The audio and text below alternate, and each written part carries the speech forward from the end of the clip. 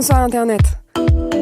Bienvenue dans Besoin de rien, envie de droit, le podcast de Binge Audio qui vaut du droit partout, mais qui sait qu'il n'est pas nécessaire de parler latin pour comprendre ce qui se joue. Je suis Clara Caïn sur Internet et Clara Benjamin au barreau de Paris, et je suis avocate en droit de la propriété intellectuelle. Avec moi, aujourd'hui, Audrey Decima. Bonjour. Bonjour Cancer. Bonjour Audrey. Audrey est avocate en droit de la propriété intellectuelle, du numérique et plus particulièrement, elle travaille sur les problématiques liées à la data cool RGPD. Et pour que vous sachiez tout, puisqu'on ne vous cache rien, et comme on va beaucoup parler de transparence aujourd'hui, Audrey et moi, on travaille ensemble. Voilà, et Audrey, elle est extrêmement forte, elle est vive, elle est tellement brillante que ça fait mal aux yeux. Et croyez-moi, on va en avoir besoin pour répondre à la question du jour qui est: la blockchain va-t-elle sauver les créateurs ?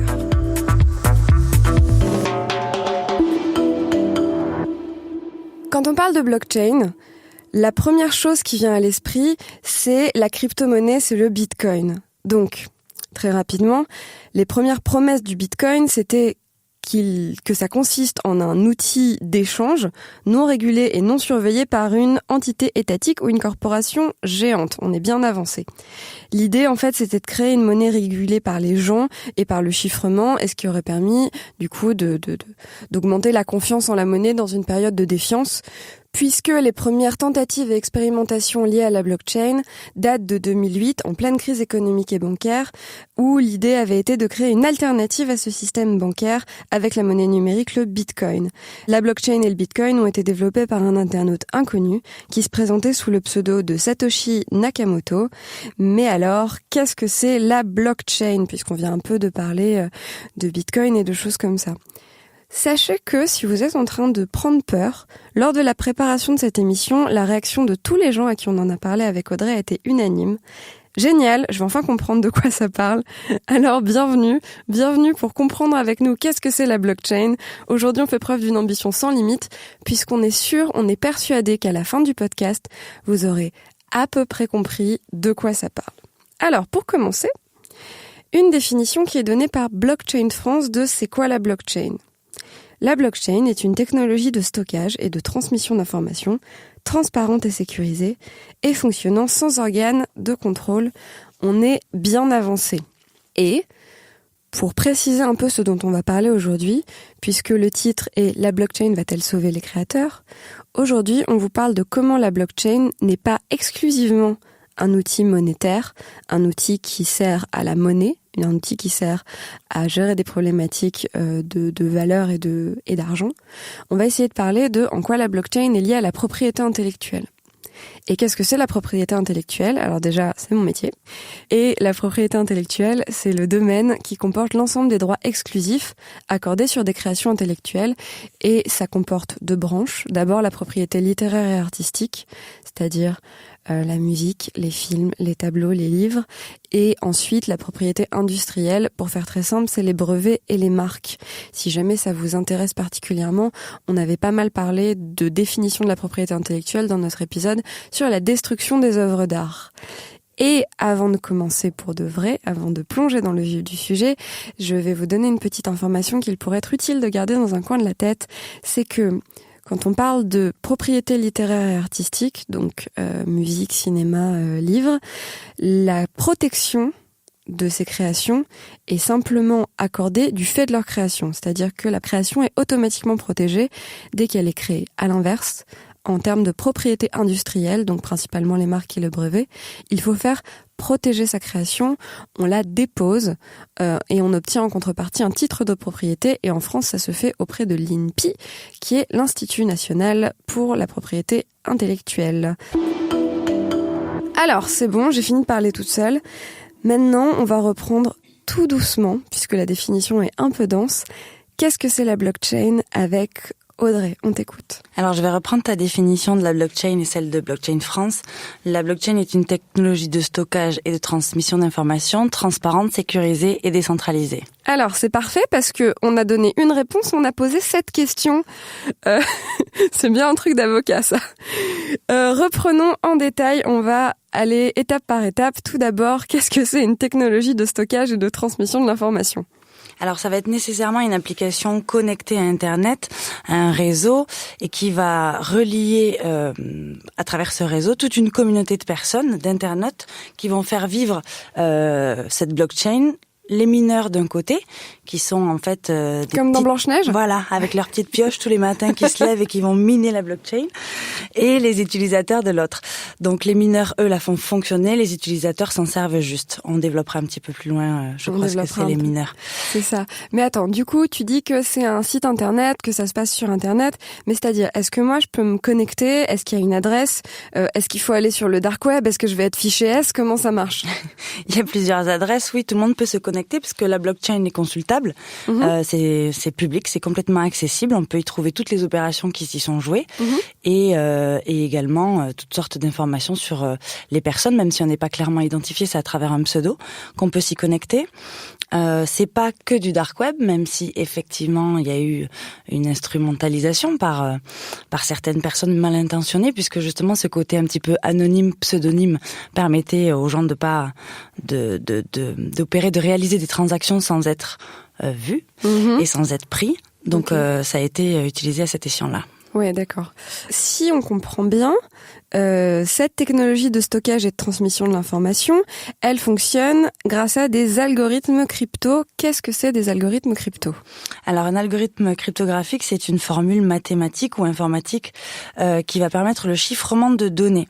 Donc, en y associant une série de caractères et de chiffres, et qui va en fait aider à comme occulter la donnée, comme une pseudonymisation. On appelle ça un hash de manière technique. Okay. Mais la blockchain, elle fonctionne, en tout cas la blockchain publique, celle qu'on connaît, la blockchain, parce qu'il y a les blockchains et il y a la blockchain. Ben, la blockchain, elle fonctionne avec un chiffrement basé sur 2 clés, une clé publique, une clé privée. Ouais. Je vais pas développer sur ce que c'est une clé, mais sa fonction est comme toute autre clé.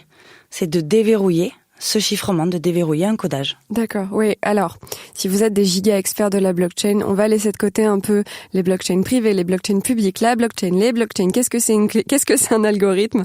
On va essayer d'aller à l'essentiel. Ok. Et donc, on disait dans la première définition, qui est la porte qui ouvre toutes les portes, que la blockchain est transparente. C'est-à-dire? Alors, comme elle est adossée à Internet, comme je te disais, ça la rend publique. Donc, elle est accessible via un site web. Oui. Et cet aspect public fait qu'on l'a beaucoup comparé à un registre public. On appelle ça, on la compare comme quand on n'arrive pas à l'imager, on la compare à un registre public. Comme un grand livre, quoi. Exactement, un grand livre public dont on tourne les pages et chaque page contient une information. Moi, je préfère l'image de la base de données, base de données géante et publique sur laquelle tout le monde peut se connecter, soit pour réaliser des opérations, transactions, etc. Et on verra pour les autres opérations, soit pour juste la consulter, voir ce qui s'est passé. Ce qui fait que ce caractère public, ça en fait un petit support d'enregistrement qui est pas négligeable et qui va permettre de stocker tout un tas d'informations et de les transmettre également. Ok. Et autre élément de la blockchain, elle est sécurisée. Alors on dit sécurisée pour plusieurs raisons. Donc pour celle du chiffrement dont on parlait tout à l'heure, mais également pour son horodatage. En fait, la blockchain, c'est un mécanisme qui est adossé à Internet et qui agit en permanence par ce travail des mineurs. Des mineurs donc qui sont des personnes qui font en fait travailler des calculs, donc tous les algorithmes dont on parlait tout à l'heure, et qui les font agir en permanence pour valider toutes les opérations, pour permettre en fait à toutes les opérations dont on parlait de se mettre en œuvre sur la blockchain. Et donc ce travail-là permet ce mouvement permanent avec un horodatage qui permet une certification un petit peu de toutes les opérations, mais aussi la réplication, et c'est le principe même de la blockchain, la réplication de chaque opération qui va s'être passée sur la blockchain. Exemple, il y a une transaction qui est réalisée, je veux donner 5000 bitcoins, à mon cousin à New York. Alors, attends, parce que tu m'as déjà donné cet exemple quand on préparait l'émission. Un bitcoin, actuellement, on a regardé hier, un bitcoin égale 3000 €. Donc, qui c'est ton cousin et pourquoi est-ce que t'es aussi sympa avec lui? Faut lui donner 5000 fois 3000 €. Bref, écoute, ton cousin va aller faire du shopping. Donc, du coup, tu veux donner 5000 bitcoins à ton cousin. Ouais. Donc, je vais réaliser cette transaction via la blockchain. Et pour pouvoir la réaliser, comme j'ai pas de Bitcoin, je vais d'abord aller sur une plateforme d'échange qui permet d'échanger des euros contre des Bitcoins. Attends, stop. Comment elle fait ma maman si elle veut acheter des bitcoins? C'est pas une giga experte de l'internet. Elle fait comme moi. Elle va sur une plateforme, n'importe laquelle, il y en a plusieurs, qui permet d'échanger. C'est comme un bureau de change à l'époque. Enfin, je crois que ça existe encore, mais on n'y va plus, c'est tout. Un bureau de change qui permet de transférer ta devise officielle reconnue partout en bitcoin, qui n'est pas officielle pas reconnu officiellement partout, et qui permet donc de switcher de l'euro au bitcoin.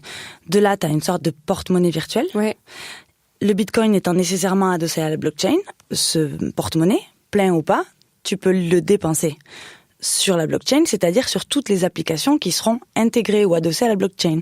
Donc les plateformes d'échange dont je te parlais, elles sont adossées à la blockchain en fait.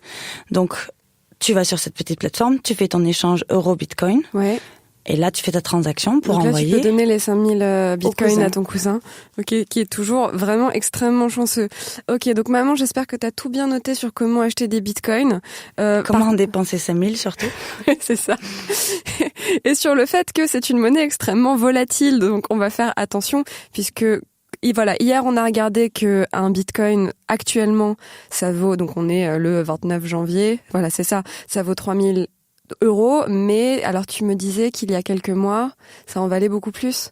J'ai plus la valeur exacte en tête. Mais... En fait, il y a eu une progression énorme sur les derniers mois de 2017, je crois, en octobre 2017. Ça s'est envolé à plus de 10 000 euros. C'était. Il y avait eu un gros boom. Ouais. Ça s'est effondré ensuite, mais sans tomber plus bas que le cours de départ. Mais voilà. Donc cette sécurité-là, elle passe par le fait que quand j'aurai réalisé mon virement entre guillemets, ton virement sympa, sur la blockchain, donc ce n'est pas un virement à mon cousin. En fait, cette opération, elle va être répliquée. Il va y avoir comme un écho et elle va circuler partout dans la blockchain, de sorte que tous les nœuds, toutes les parties du réseau vont enregistrer cette information. Et ça, c'est sécurisé parce que du coup, si c'est enregistré partout, on peut pas la corrompre. On peut pas corrompre cette information. Elle est gravée de manière permanente. Donc la sécurité et la transparence sont dues au fait que la transaction, le truc qu'on va faire dans la blockchain, donc soit une transaction, soit déposer un document, soit quelque chose comme ça, va être enregistré et contrôlé et répliqué et dupliqué par plein de gens et qu'elle va être en libre accès. Donc tout le monde va pouvoir aller voir ce qui s'est fait à tel moment et le tout contrôlé par des petits mineurs. Alors, ça veut pas dire qu'il y aura écrit Audrey a versé ce jour X bitcoin à son cousin. Exactement. Mais c'est du codage informatique. Donc, du coup, c'est vérifiable. Et il suffit de comprendre le code pour savoir ce qui s'est passé. D'accord. Et dernier point, on a évoqué le fait que la blockchain est décentralisée. Oui, exactement. Et en fait, c'est là la vocation première de cette technologie, puisque Satoshi Nakamoto l'a créée en 2008 dans le but de, comme tu disais, de créer une alternative au système financier et bancaire qu'on connaît, puisqu'on était en pleine crise des subprimes.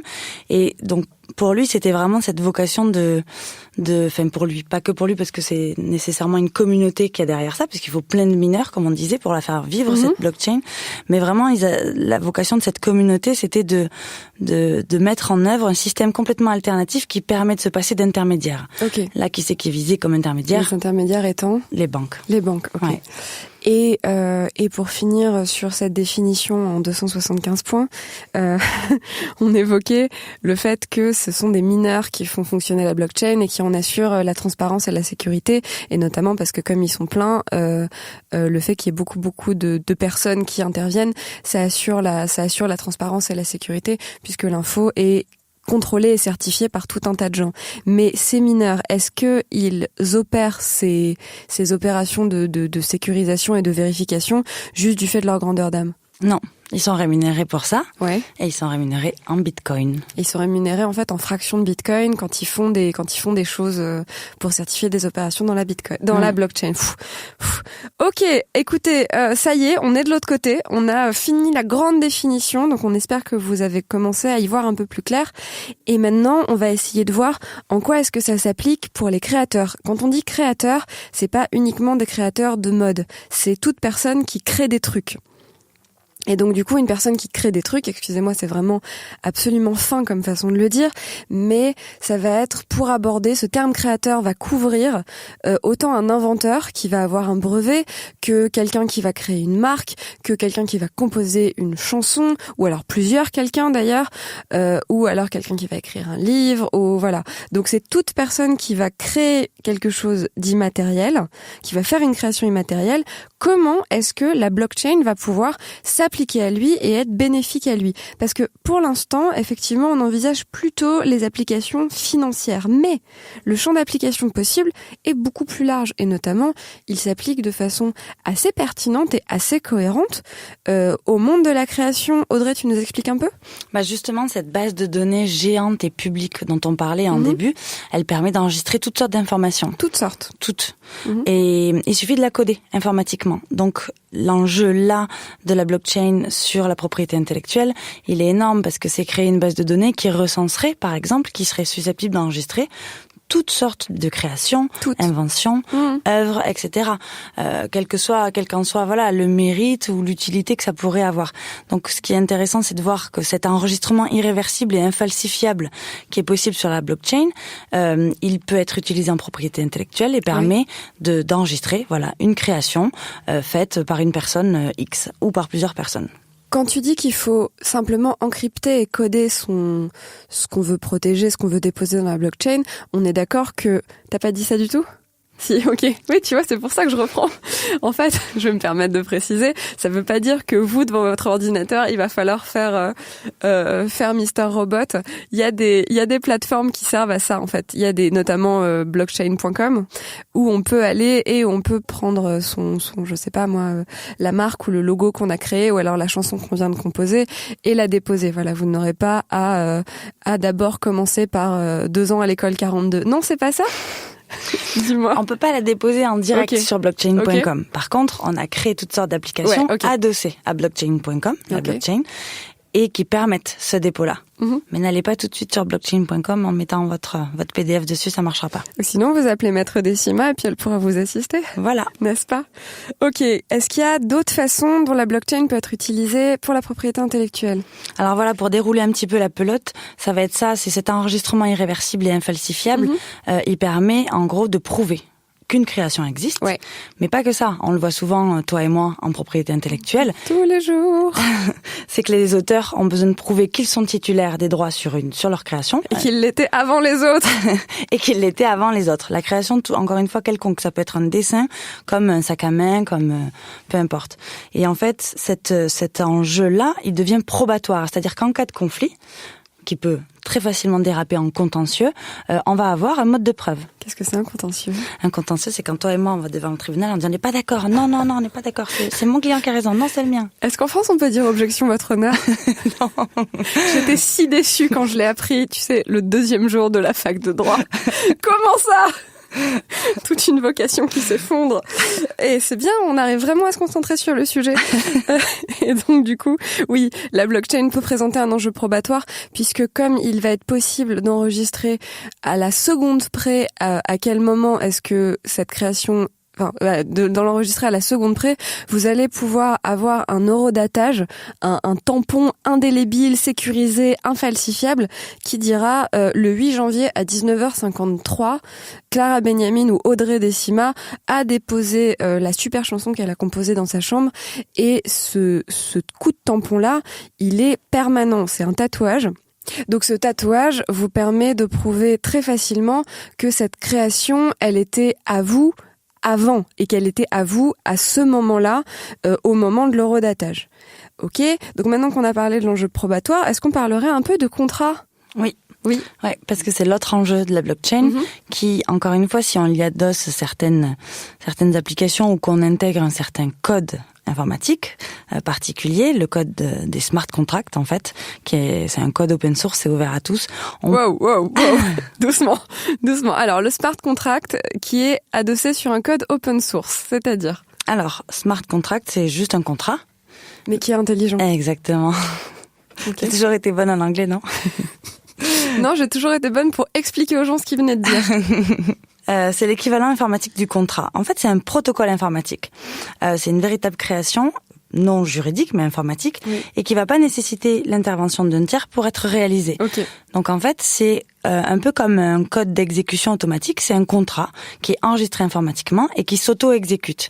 Exemple, quand on installe t'installes un nouveau logiciel sur ton ordinateur, il y a une sorte d'auto-ex, c'est-à-dire qu'il y a une petite fenêtre qui s'ouvre, t'as juste à faire exécuter souvent ou installer un seul bouton pour que tout se déroule et tout se mette en place. C'est un petit peu pareil. D'accord, donc pour la propriété intellectuelle, par exemple, on va y revenir un petit peu après, mais si dans le contrat il y a une clause de royalties, par exemple, qui dit que le guitariste qui joue sur la chanson va percevoir 1%, je dis n'importe quoi en termes de montant, va percevoir 1% de tous les bénéfices qui sont générés par l'exploitation de la chanson, du coup, automatiquement, quand 1 euro sera généré par la chanson, le guitariste recevra 10 centimes. C'est extrêmement schématisé, mais c'est pour vous donner un peu un exemple d'application du smart contract.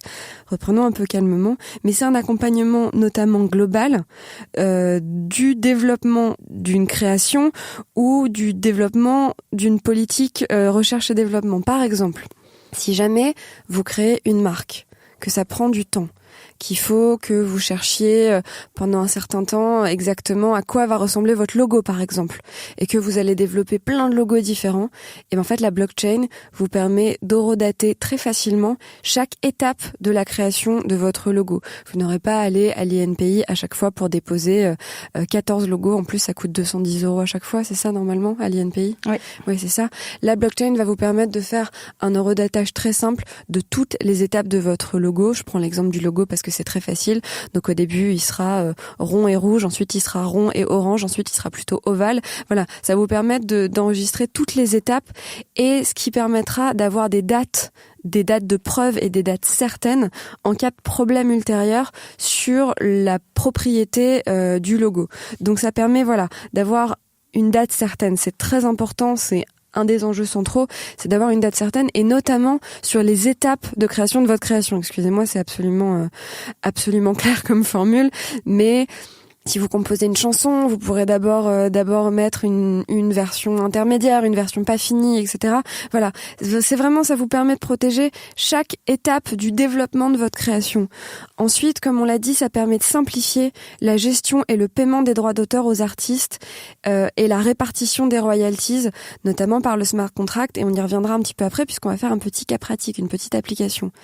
Ensuite, ça permet également de démocratiser et de faciliter l'accès à un financement vraiment participatif. C'est l'idée du crowdfunding qu'on en avait depuis le début.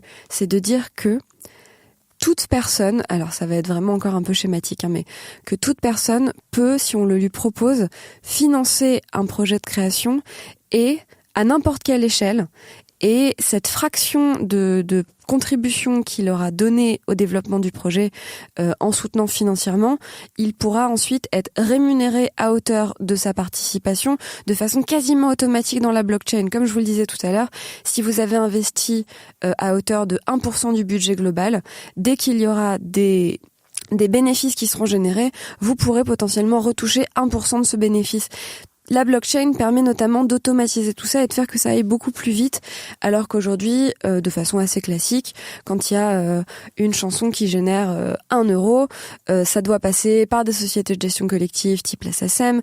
Il y a des histoires de ce qu'on appelle des redditions de comptes. Enfin, on ne rentrera pas dans les détails, mais disons que nécessairement, actuellement, ça prend un peu de temps, ça prend un peu de boulot pour répartir l'argent qui peut être généré sur une création. La blockchain permet une démocratisation totale du vrai financement participatif par une automatisation des processus, en fait. Et enfin, comme on l'a expliqué, la blockchain permet une gestion de la chaîne de contrats assez automatisée du fait d'une exécution automatique par le smart contract. Par contre, il faut savoir tout de suite que là où on en est actuellement début 2019, les applications ne sont pas encore tout à fait lisses et fonctionnelles et automatiques. Il y a encore plein de progrès à faire. On est assez tôt dans le développement de la technologie. Il y a encore plein d'applications à affiner, et également, il faut prendre en compte que tout ça est assez volatile puisque le Bitcoin est lui-même assez volatile. Donc, La blockchain, pour l'instant, fait énormément de promesses. Il y a de bonnes chances que ces promesses soient tenues. Il y a très bonnes chances que ces promesses soient tenues. Mais actuellement, c'est encore un peu tôt, un peu technique et un peu volatile. Voilà. Mais plus précisément, quels sont donc les apports techniques de ces technologies ? Audrey.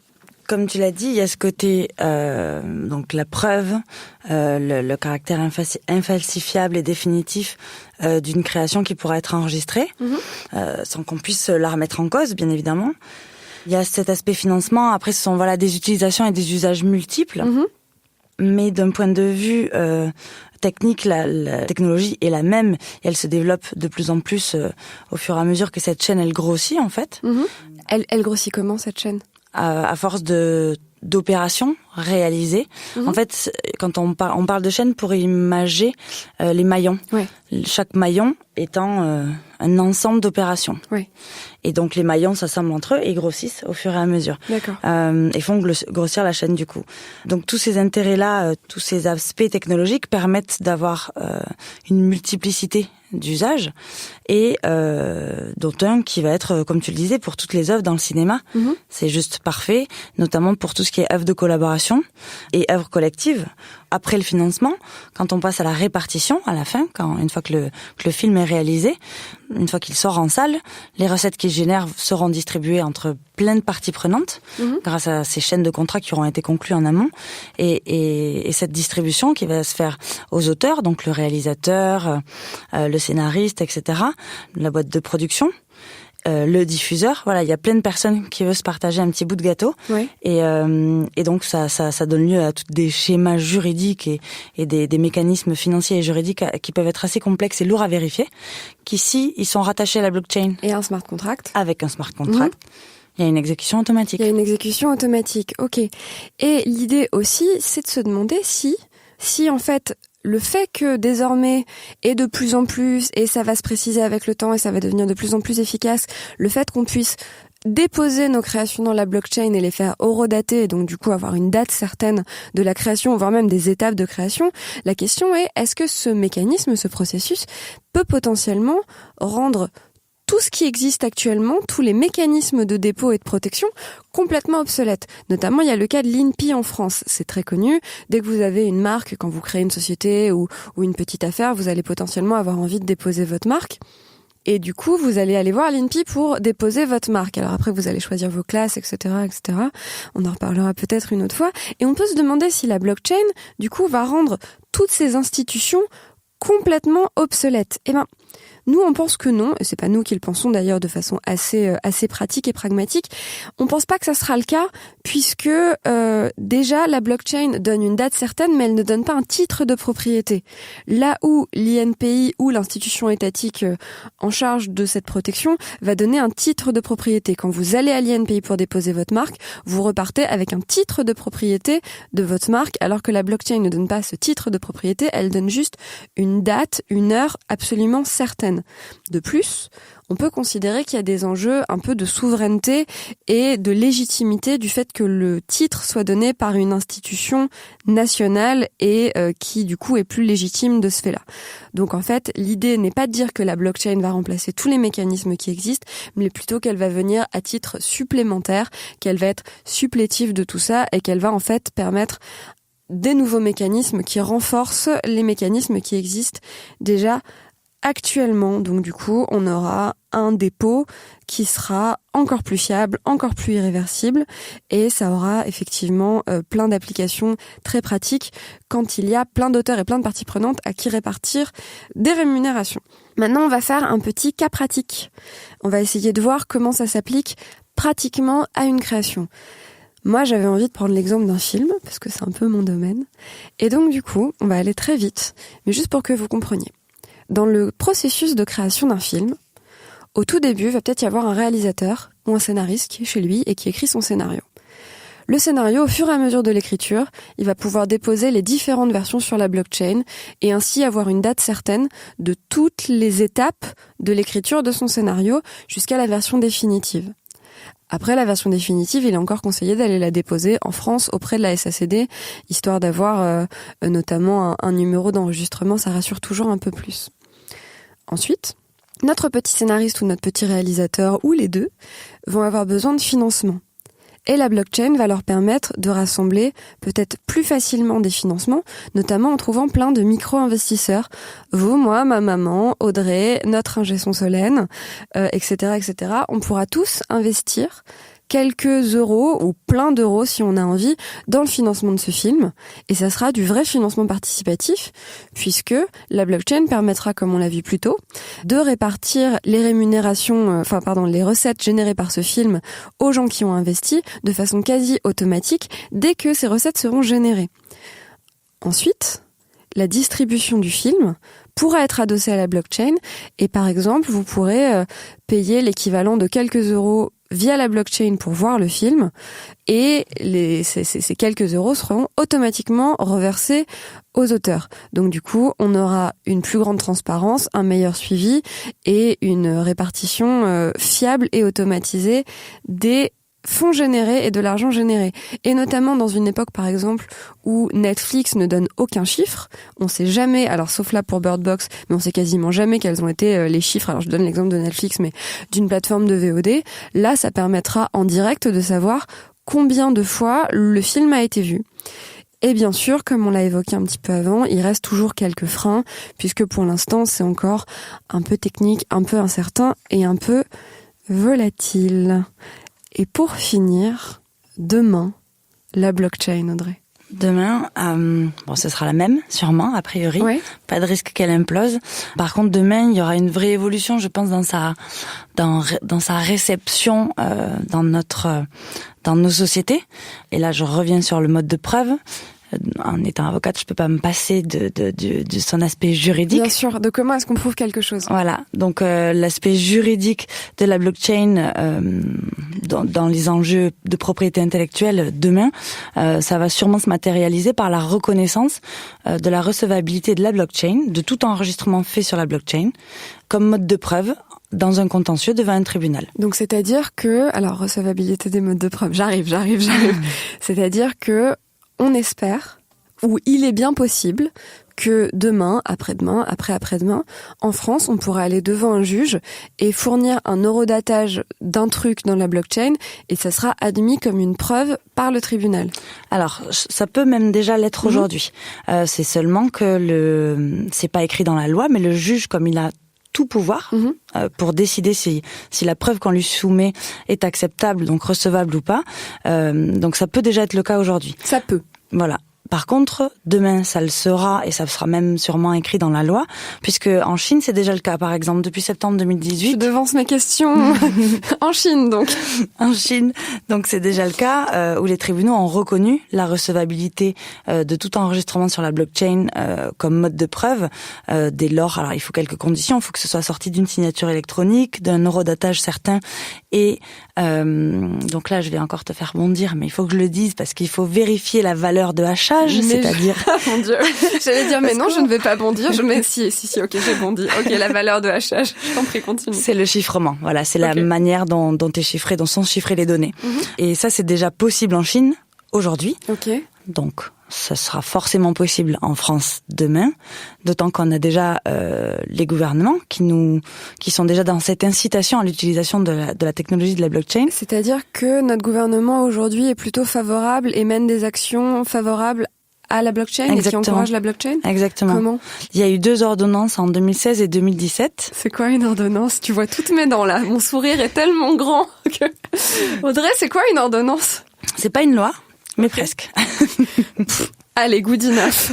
C'est juste un acte, voilà, qui est prévu, créé par le gouvernement et non par le Parlement, ce qui est le cas d'une loi.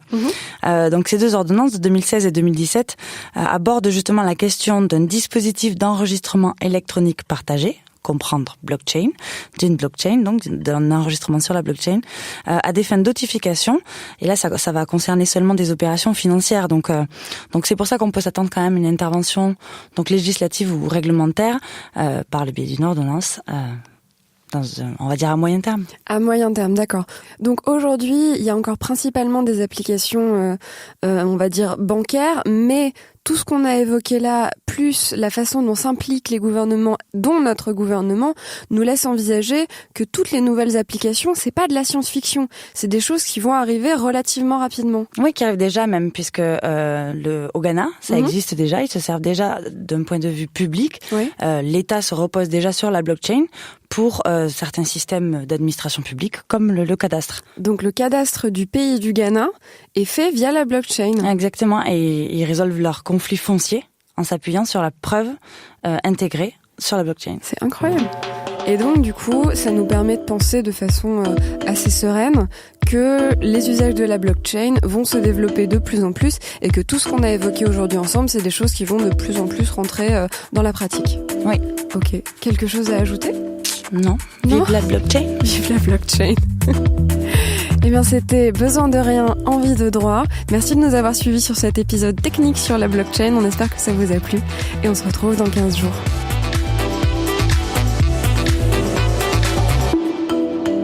Binge.